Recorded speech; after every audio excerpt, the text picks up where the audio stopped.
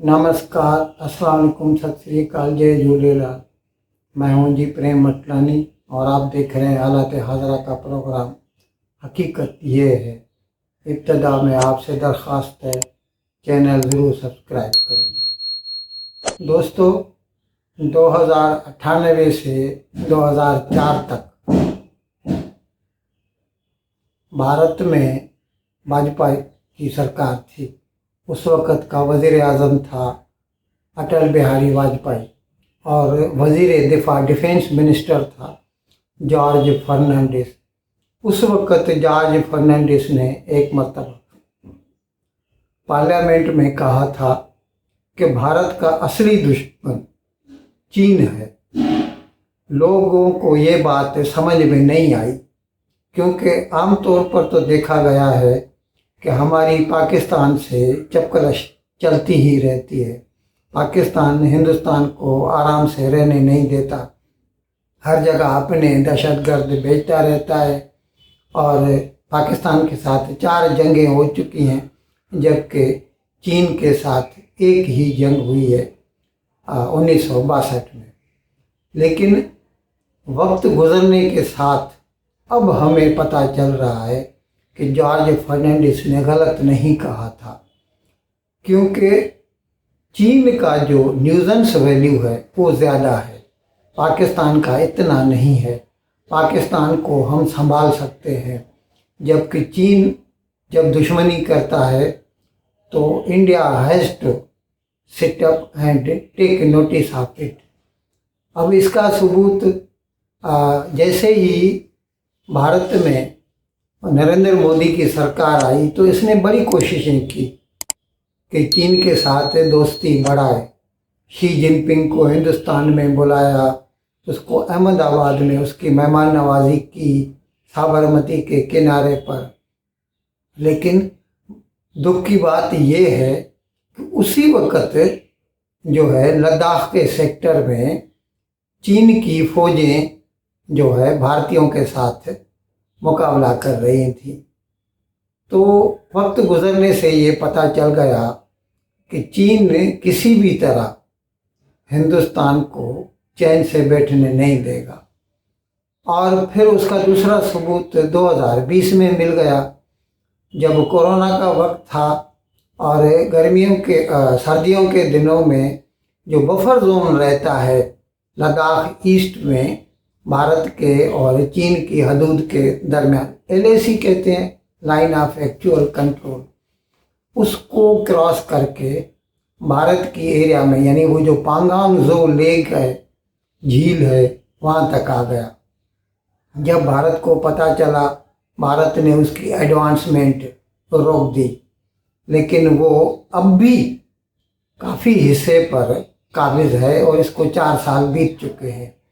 दूसरे 2020 में ही गलवान वैली और लद्दाख में ही है, वहाँ पर चीन की फ़ौजें और भारत की फ़ौजों के बीच में हैंड टू हैंड कम्बैट हुई थी, और जिसमें भारत ने तो साफ साफ बता दिया था कि हमारे 20 आदमी जो है फौत हो गए हैं, उसमें 20 जवान जो है।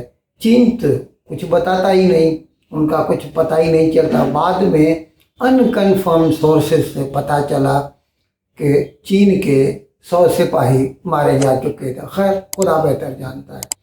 लेकिन यहाँ पर ये कहने का मेरा मतलब है कि भारत को ज़्यादा फिक्र चीन की करनी चाहिए, और ज़्यादा 2 फ्रंट्स हैं जहाँ पर भारत और चीन का मुकाबला होता रहता है। एक ईस्ट लद्दाख और दूसरा अरुणाचल प्रदेश।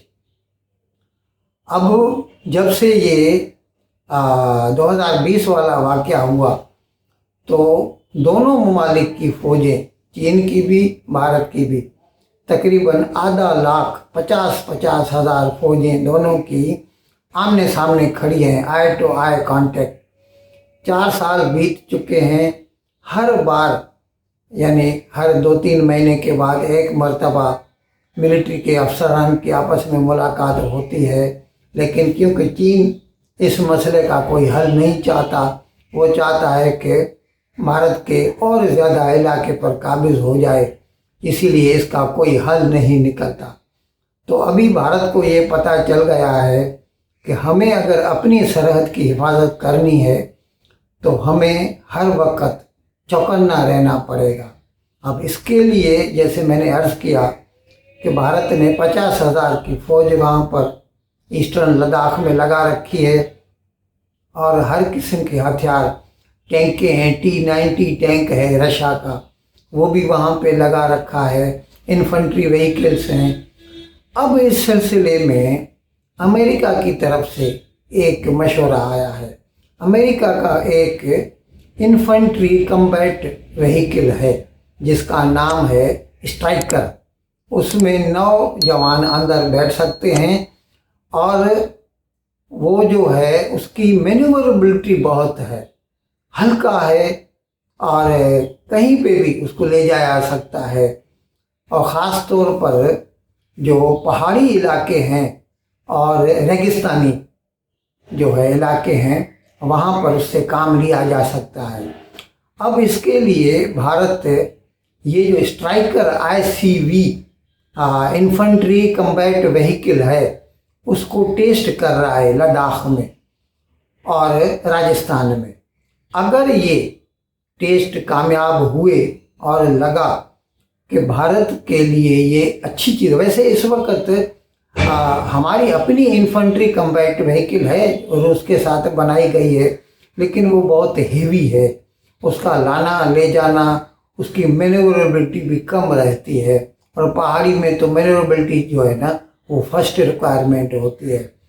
तो अभी ये अमेरिका का ये जो ICV है स्ट्राइकर, उसका लद्दाख में टेस्ट होगा और राजस्थान में।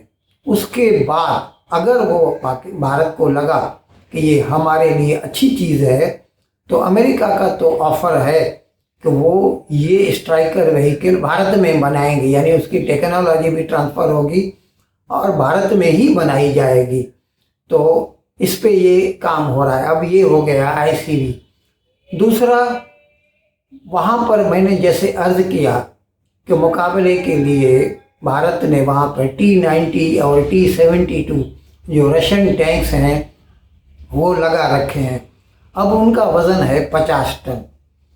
तो अभी भारत अपना एक DRDO defence research and development organisation, India की गवर्नमेंट की एक ऑर्गेनाइजेशन है। DRDO भारत की एक इंजीनियरिंग कंपनी है, लार्सन एंड टूब्रो, शॉर्ट में LT कहते हैं, बॉम्बे बेस्ड है। उसके साथ मिलकर उन्होंने एक छोटा टैंक बनाया है जिसको नाम दिया गया है जोरावर और इसको प्रोजेक्ट का नाम है प्रोजेक्ट जोरावर।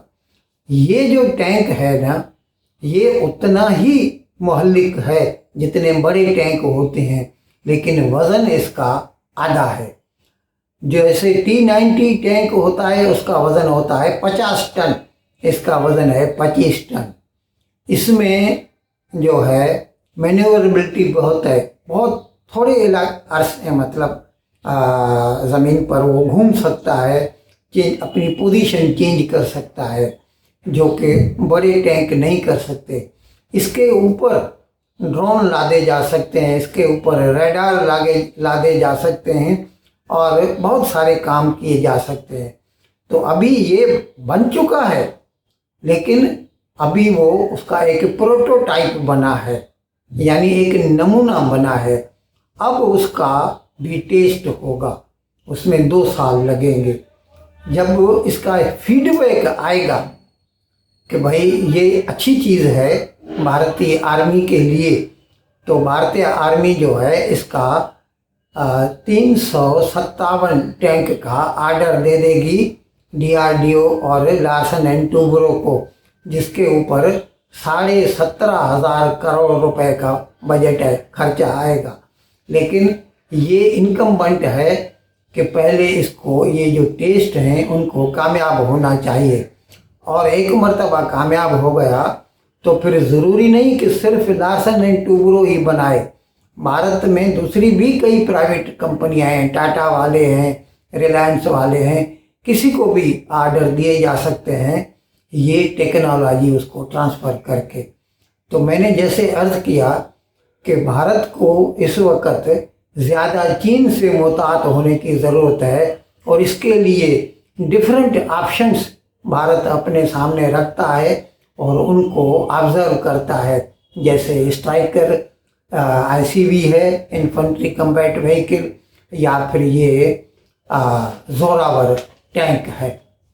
इन अल्फाज के साथ आज का प्रोग्राम ख़त्म करने की मैं आपसे इजाज़त चाहता हूँ, लेकिन विदाई लेने से पहले एक मरतबा फिर आपसे मेरी दरख्वास्त है कि जिस किसी साहब या साहिबा ने अब तक हमारे इस चैनल को सब्सक्राइब नहीं किया, हज़रा करम इसको जल्द से जल्द सब्सक्राइब करें, प्रोग्राम को लाइक करें, शेयर करें और घंटी का बटन दबाना न भूलें। बहुत बहुत शुक्रिया। खुदा हाफिज़।